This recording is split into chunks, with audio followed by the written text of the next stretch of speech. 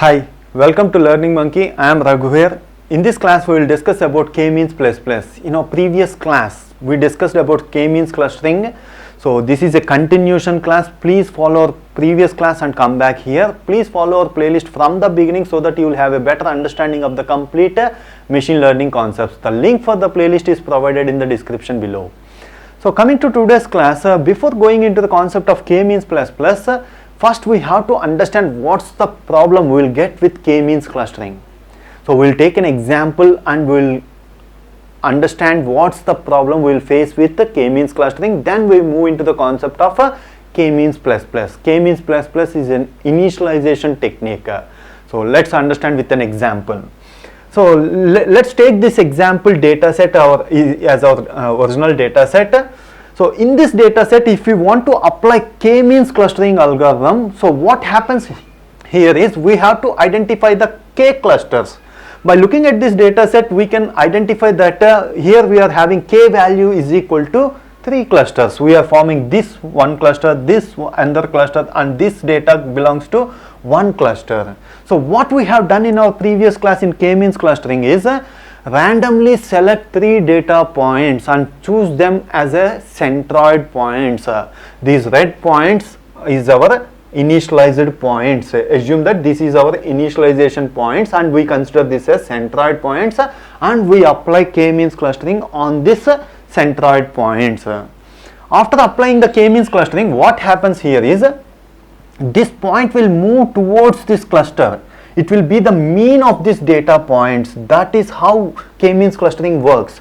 This point will move towards this cluster and it will be the mean. This point will move towards this cluster and it will be the mean of this data points. That's the value we consider it as a centroid for this cluster, centroid for this cluster, centroid for this cluster. That is how K-means clustering works. For the same data set, this is also the same data set. Let's check what happens if our initialization points, means initially we chosen 3 points, if they have been changed, what happens to that.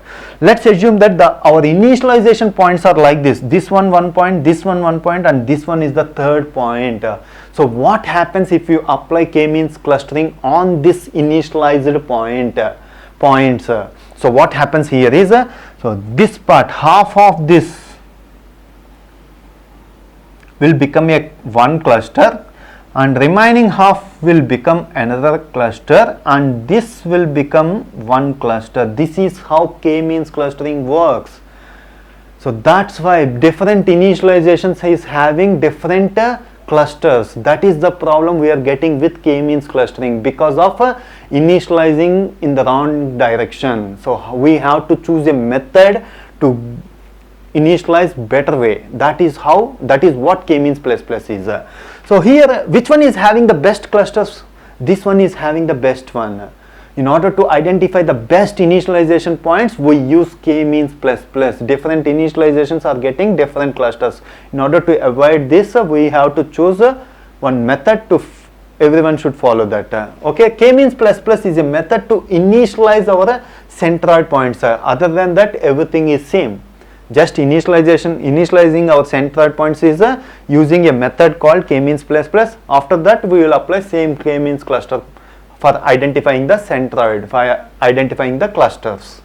Okay, so K-means plus, these points, it will follow these points. Our first point is randomly select a first centroid.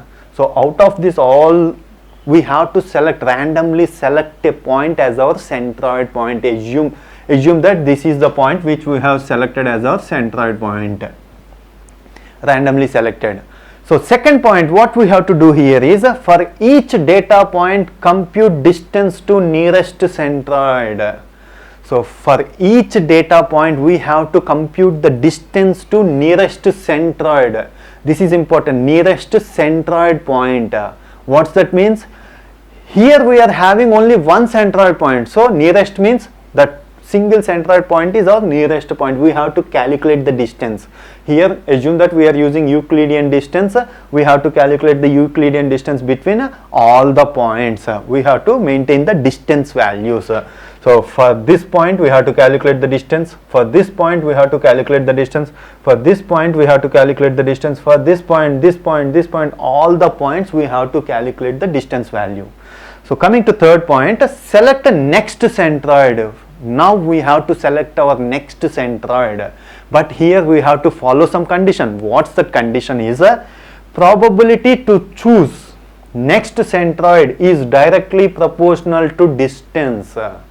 So this condition we have to follow. Probability to choose our next centroid point is directly proportional to distance. What's that mean is, see here, take this point. This point is very distant from our centroid. So the distance value will be high for this point. So distance is equal to high. Okay, these points are very near to our centroid, so the distance is less. The probability to choose this point as our next centroid point is directly proportional to distance. What's that mean is, the points that are away from the centroid, which are having large distance value, has large probability to choose this point as our next centroid point. So we are assigning probability to each and every point based on the distance. That is what we have to follow. Means the probability to choose these points as our next centroid points will be high for the points that are away from our centroid point. Those points will have the highest probability to choose as our next centroid point. We will randomly pick that, but we are assigning the probability values. If you are assigning the probability values, so we will get the probability values means the points that are away will get the more chance to be picked up. Okay, that is what we will follow here in this condition.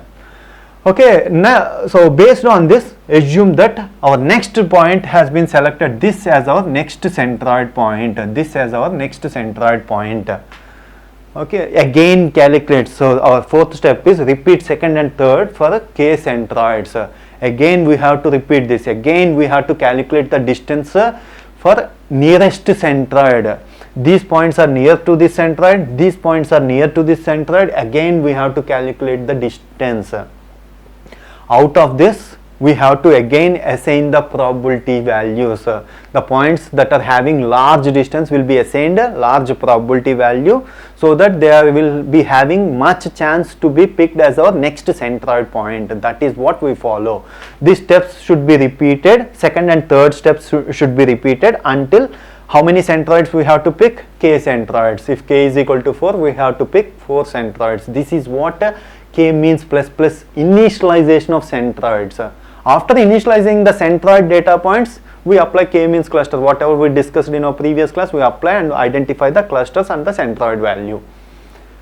Okay, this is what about Kmeans plus model initialization. Hope you understand the concept.